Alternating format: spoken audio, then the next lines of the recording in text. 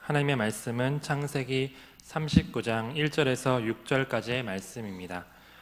창세기 39장 1절에서 6절까지의 말씀입니다. 제가 가진 성경으로 구약성경 60쪽에 있습니다. 다 찾으셨으면 저와 여러분 한 절씩 교독하도록 하겠습니다. 요셉이 이끌어 애굽에 내려가매 바로의 신하 친위대장 애굽 사람 보디발이 그를 그리로 데려간 이스마엘 사람의 손에서 요셉을 사니라.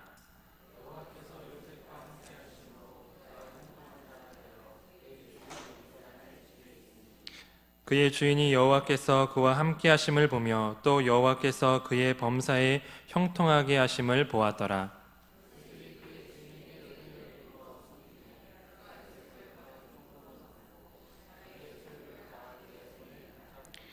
그가 요셉에게 자기의 집과 그의 모든 소유물을 주관하게 한 때부터 여호와께서 요셉을 위하여 그 애굽 사람의 집에 복을 내리심으로 여호와의 복이 그의 집과 밭에 있는 모든 소유에 미친지라. 주인이 그의 소유를 다 요셉의 손에 위탁하고 자기가 먹는 음식 외에는 간섭하지 아니하였더라. 요셉은 용모가 빼어나고 아름다웠더라. 아멘. 이득선 목사님께서 그의 주인이 보았더라라는 제목으로 하나님의 말씀을 선포해 주시겠습니다.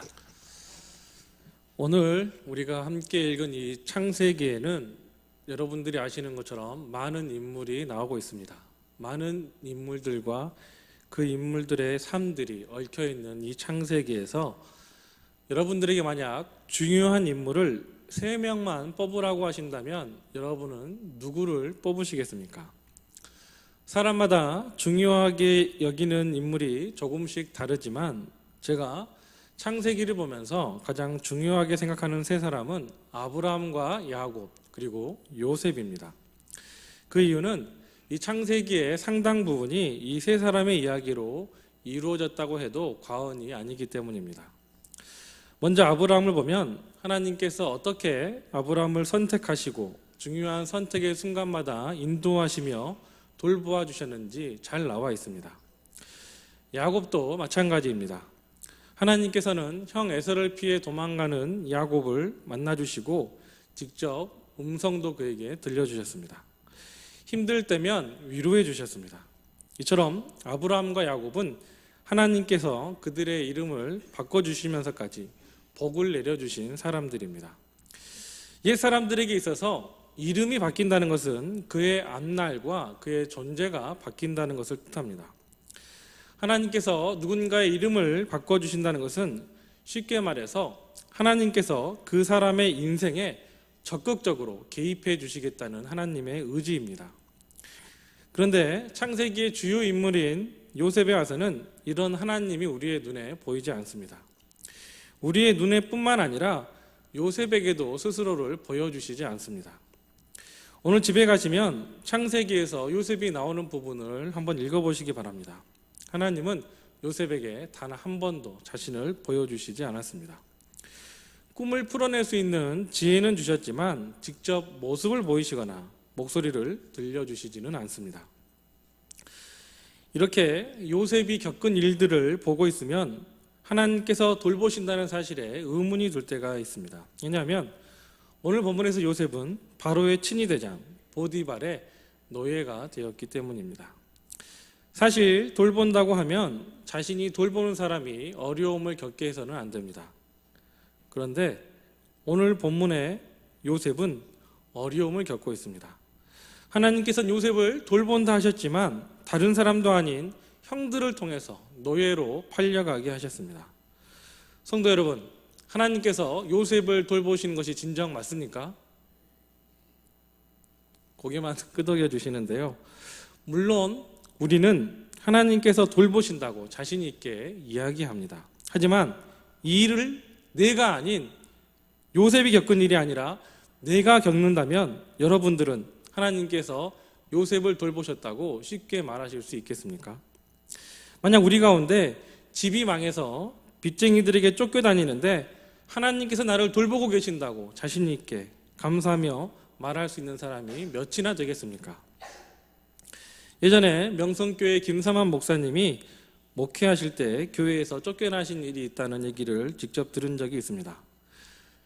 지금 우리로서는 상상이 되지 않는 이야기지만 당시에는 설교를 잘 하지 못한다고 해서 교회에서 7번이나 쫓겨났다고 합니다. 이때 김상환 목사님의 마음이 어떠했을까요? 그때 쫓겨나신 상황의 이야기를 들어보면 그 당시는 아무리 생각해도 하나님께서 자신을 돌봐주신다는 마음이 생각이 들지 않았다고 합니다. 부끄럽고 창피했다고만 합니다. 그렇다면 노예 상인들에게 팔려나가는 요셉은 하나님께서 자신을 돌보신다는 생각이 들었을까요? 이집트로 팔려가면서 하나님이 나를 돌보고 계시니까 내가 팔려간다고 생각하지는 않았을 겁니다. 이처럼 노예로 팔려가는 요셉에게 하나님은 돌보아 주시지 않는 분입니다. 그런데 재미있는 것은 요셉이 하나님께서 자신을 돌보시지 않는다고 생각할 때 하나님이 요셉과 함께 하시고 돌보아 주시는 것을 본 사람이 있다는 것입니다. 우리는 이 사람을 통해서 하나님께서 요셉을 돌보아 주셨다는 증거를 찾을 수 있습니다. 그 사람은 바로 요셉의 주인인 보디발입니다. 우리는 보통 요셉이 하나님이 자신을 도와주신다는 것을, 함께 하시고 돌보아 주신다는 것을 깨달아 알고 있었을 거라고 생각을 합니다. 하지만 본문을 연구한 학자들은 오늘 본문 3절을 통해서 그렇지 않다는 것을 분명히 우리에게 가르쳐 줍니다. 3절을 우리가 함께 읽겠습니다. 그의 주인이 여호와께서 그와 함께 하심을 보며 또 여호와께서 그의 범사에 형통하게 하심을 보았더라. 요셉과 함께 하시는 하나님을 가장 먼저 발견한 사람은 요셉의 주인인 보디발입니다. 하나님을 모르는 요셉의 주인 보디발이 가만히 요셉을 지켜보았습니다. 그러다가 하나님께서 요셉이 잘되게 하는 일마다 돌보아 주시는 것을 보게 되었습니다. 요셉이 일을 잘 처리해서가 아니라 하나님께서 요셉이 하는 일마다 잘 되도록 형통하게 해주셨다고 성경은 우리에게 말씀합니다. 하나님께서 요셉을 형통하게 해주셨고 그 형통을 보디발이 보았습니다. 그런데 여기서 보디발이 요셉을 보았다는 그 자체가 하나님께서 요셉을 돌보셨다는 분명한 증거입니다. 왜냐하면 주인인 보디발이 요셉을 지켜볼 만한 이유가 하나도 없기 때문입니다. 바로를 측근에서 보자 하던 보디발이 바로가 아닌 자신의 집의 노예에 불과한 요셉을 눈여겨볼 필요가 있을까요? 하지만 성경은 보디발이 요셉을 눈여겨보았다고 우리에게 말씀합니다. 우리가 알고 있는 것처럼 요셉은 팔려온 노예 중에, 수많은 노예 중에 한 사람일 뿐입니다. 그런데 그런 요셉을 보디발이 주목해서 보았습니다. 이것은 마치 갓 입사한 신입사원을, 그것도 외국에서 온 신입사원을 회사의 사장이 주목하는 것과 같은 이치입니다. 비상식적인 일이 일어났습니다. 이것이 바로 돌보심의 증거입니다. 또 한 가지, 요셉이 보디발의 집에서 일할 수 있었다는 것 자체가 하나님의 돌보심입니다. 우리 생각에 요셉이 처음부터 보디발의 집 안에서 일했다는 사실이 그렇게 놀랍지 않을 수도 있습니다. 하지만 당시에는 노예를 들이면 바로 집으로 들이지 않고 들에 내보내서 힘든 일을 먼저 시켰다고 합니다. 왜냐하면 처음에 들여온 노예를, 그에 대해서 아는 것이 없기 때문에 무엇을 믿고 처음 본 노예를 자신의 집에 들여놓겠습니까? 이런 이유로 당시 노예들의 소원은 뙤약볕에서 일하는 대신에 주인의 집, 실내에서 일하는 것이었습니다. 그런데 오늘 본문 2절을 보면 하나님께서 요셉과 함께 하심으로 요셉이 형통한 자가 되었고 그의 주인 애굽 사람의 집에 있었다고 기록하고 있습니다. 하나님께서 돌보아 주셨기에 요셉은 들에 나가지 않고 주인의 집에서 일할 수 있었습니다. 하나님께서 이처럼 요셉을 보디발의 집에서 처음부터 일하게 하신 까닭이 있습니다. 요셉이 집 안에서 일하고 있어야 보디발의 눈에 띌 수 있기 때문입니다. 하지만 이런 돌보심, 노예로 팔려가서 주인의 눈에 띄는 것과 같은 일들은 우리가 기대하는 돌봄과는 거리가 멉니다. 우리는 모든 일이 잘 풀리고 어려움이 없을 때 그때에만 하나님이 우리를 돌보신다고 생각합니다. 그런데 오늘 본문은 분명히 말씀합니다. 비참한 노예였지만 하나님께서 요셉을 돌보셨고 형통하게 하셨다고 이야기합니다. 노예 생활과 형통, 전혀 어울리지 않는 말 같지만 하나님은 분명 요셉을 형통하게 해주셨습니다. 한번 다시 요셉이 겪은 일을 되짚어 보겠습니다. 요셉은 팔려와서 들에 나가서 고된 일을 하지 않았습니다. 처음부터 집에서 일을 했는데 이런 요셉을 보디발이 눈여겨보았습니다. 사실 노예가 하는 일에 관심을 갖는 주인은 없습니다. 왜냐하면 가정에 총무가 있기 때문입니다. 당시 집에서 일하는 모든 노예는 가정 총무가 관리했습니다. 집 주인이 상관할 바가 아닙니다. 주인인 보디발이 관심을 가질 일이 없습니다. 애초에 보디발이 요셉을 눈여겨볼 일이 없는데 이런 보디발이 요셉을 보게 된 것입니다. 그래서 요셉이 보디발에게 인정받을 기회가 생기게 됩니다. 하나님께서 보디발로 하여금 요셉을 보게 만드셨습니다. 그리고 요셉이 하는 일들을 보게 하셨습니다. 이런 하나님의 은혜로 요셉은 노예로 들어와서 가정 총무가 되었습니다. 요즘으로 말하면 초고속 승진을 한 셈입니다. 당시 가정 총무는 집에서 나고 자란 주인이 믿을 수 있는 종들에게 맡겨졌던 것이 일반입니다. 팔려온 노예가 아무리 노력한다고 해서 맡을 수 있는 직책이 아니었습니다. 이런 일련의 과정을 통해서 우리는 하나님께서 요셉을 돌보셨다는 것을 확인하게 됩니다. 그런데 그것뿐만이 아닙니다. 5절을 보면 하나님께서 요셉을 위하여서 보디발의 집에 복을 내리셨다고 말씀합니다. 성도 여러분, 하나님이 요셉을 위하여 복을 내리셨다면 누구에게 내려주셔야 할까요? 누가 복을 받아야 되겠습니까? 우리 생각에는 대답해 주신 것처럼 요셉이 복을 받아야 합니다. 당연히 요셉이 잘 되어야 합니다. 하지만 하나님께서는 하나님을 알지도 못하고 하나님을 믿지도 않는 보디발에게 복을 내려주고 계십니다. 그의 모든 소유에 하나님의 복이 임했다고 성경이 말씀합니다. 하나님께서 왜 그렇게 하셨을까요? 왜 요셉이 아닌 보디발에게 복을 내려주시고 하나님을 믿지도 않고 모르는 사람을 축복해 주셨을까요? 여기서 우리는 복이 되는 삶을 산다는 것이 어떤 것인지 생각해 보게 됩니다. 보통 우리는 복이 되는 삶을 산다는 것, 하나님께 복을 받았다는 것이 내가 잘 되어서 다른 사람도 잘 되게 하는 것으로 생각합니다. 때문에 항상 내가 좋은 모습으로 있어야 하고 남들 보기에 부러운 모습이 되어야 한다고 우리는 생각을 합니다. 그런데 오늘 성경이 말하는 복이 되는 삶은 비록 내 모습이, 내 처지가 비천함에 처해 있을지라도 하나님께서는 그런 나의 삶을 복의 통로로 사용하신다는 것입니다. 내가 그럴듯한 자리에 있어서 남을 복되게 하는 것이 아니라 나의 현재 상황과는 아무런 상관없이 나는 하나님의 통로가 될 수 있다는 것입니다. 오늘 요셉을 통해서 보디발이 하나님을 보았습니다. 요셉은 보디발의 노예입니다. 그래서 오늘 설교 제목이 그의 주인이 보았더라입니다. 보디발은 요셉을 돌보시는 하나님을 보았습니다. 다시 말해 노예와 함께 하시는 하나님을 본 것입니다. 때문에 지금 여러분의 모습과 상관없이 사람들은 여러분을 돌보시는 하나님을 볼 수 있어야 합니다.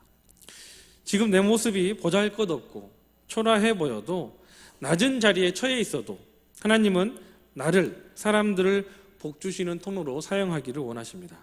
그리고 사람들로 하여금 그것을 보게 만드실 것입니다.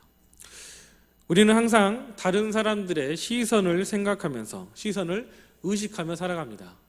그래서 지금 이 자리에 나오신 여러분들도 나름 옷차림에 신경 쓰고 나오셨을 겁니다. 나에게 있는 가장 깔끔한 옷, 좋은 옷을 입고 오고 또한 여성분들 같은 경우에는 아름답게 화장을 하고 나오셨을 겁니다. 그런데 우리가 한 가지 기억해 보아야 될 것은 사람들은 이런 우리의 모습을 그렇게 잘 기억하지 않는다는 것입니다. 우리는 사람들에게 좋은 인상을 심어주고 기억되기를 원합니다. 근데 이런 노력에도 불구하고 사실 사람들은 남에게 별로 관심이 없습니다. 우리는 사람을 만났을 때 그 사람이 어떤 옷을 입었는지, 어떤 머리 모양을 하고 있었는지 볼 때는 기억하지만 지나고 나면 기억하려고 하지 않습니다. 보고 지나가면 잊어버립니다. 때문에 우리가 진정 관심 가져야 할 것은 현재 내 모습이 아니라 하나님께서 나와 함께 하시느냐입니다. 요셉은 노예에 불과했지만 보디발이 그와 함께 하시는 하나님을 보게 되자 그의 인생이 달라지기 시작했습니다. 우리도 마찬가지입니다. 내 자신이, 내 모습이, 내가 가진 능력이 중요한 것이 아니라 나와 함께 하시는 하나님이 중요합니다. 하나님께서 나와 함께 하시는 것에 마음을 두고 살아가고 계십니까? 그 마음을 가지고 이 예배의 자리로 나오셨습니까? 하나님이 나와 함께 하신다는 것에 우리가 마음을 둔다는 것은 우리 스스로가 하나님과 함께 하려는데 마음을 갖는 데 있습니다. 이것을 다른 말로 성경은 거룩한 마음을 품는다고 이야기합니다. 어떻게 하면 사람들이 나와 함께 하시는 하나님을 볼 수 있을까요? 그 답이 요셉의 평소의 삶, 그의 행동에 나타나 있습니다. 우리가 읽진 않았지만 요셉은 보디발의 아내가 유혹했을 때 하나님의 영광을 가리는 행동을 하지 않았습니다. 이것은 요셉이 평소에 누가 보던 또한 보지 않던 간에 또한 하나님께서 곁에서 계시지 않는 것 같은 그런 상황 속에서도 그의 마음가짐과 행동이 하나님 앞에서 거룩했다는 것, 즉 하나님을 곁에 모시고 있었다는 것을 우리에게 보여줍니다. 바로 이것입니다. 요셉의 이런 모습을 요셉의 주인인 보디발이 보았습니다. 아니, 하나님께서 그것을 보디발로 하여금 보게 하셨습니다. 그랬더니 요셉이 가정의 총무가 되고 보디발의 집에 하나님의 복이 임했습니다. 그리고 이 복은 보디발의 집을 넘어서 나중에 이집트 전체와 온 땅의 사람들이 7년간 이어진 대흉년에서 생명을 구원받는 복으로 확장되어집니다. 성도 여러분, 현재 우리의 모습에 상관없이 사람들이 나를 통해서 하나님을 보게 되고 하나님을 알게 되고 그것이 구원으로 이어지는 것, 이것이 바로 오늘 본문이 우리에게 말씀하는 복이 되는 삶입니다. 다시 말씀드립니다. 나를 통해서 다른 사람의 눈에 하나님이 보여지고 내 삶에서 나보다 하나님의 모습이 드러나는 것, 이것이 진정으로 복이 되는 사람들, 성경에서 복된 사람이라고 일컬어지는 사람들입니다. 하나님께서는 오늘 저와 여러분에게도 이런 모습을 요구하고 계십니다. 우리가 요셉과 같은 마음가짐, 하나님을 곁에 모시고 살아가는 그런 영광된 삶을 살아갈 때 보디발이 요셉을 통해 하나님을 본 것처럼 세상의 사람들이 우리를 통하여서 하나님을 보게 될 것입니다. 그리고 그런 그들에게 하나님을 아는 복이 우리를 통하여서 흘러나가게 될 것입니다. 요셉과 같은 삶을 하나님 앞에서 살아가는 가운데 이러한 복을 누리는, 또한 이런 복을 사람들과 나누는 우리 성도님들 되시길 주님의 이름으로 축원합니다. 기도하겠습니다. 하나님 아버지, 우리와 늘 동행하여 주시고 요셉의 삶에서 함께하여 주셨던 것을 보디발이 보았던 것처럼 우리와 함께하심을 하나님을 모르는 사람들이 보는 은혜가 있게 하여 주옵소서. 우리가 그런 복의 통로로 쓰임받게 하여 주옵소서. 또한 요셉이 하나님의 영광을 위해 살았던 것처럼 우리도 하나님의 영광을 위해 살아가는 복된 주님의 자녀가 모두 되게 하여 주옵소서. 예수님의 이름으로 기도드립니다.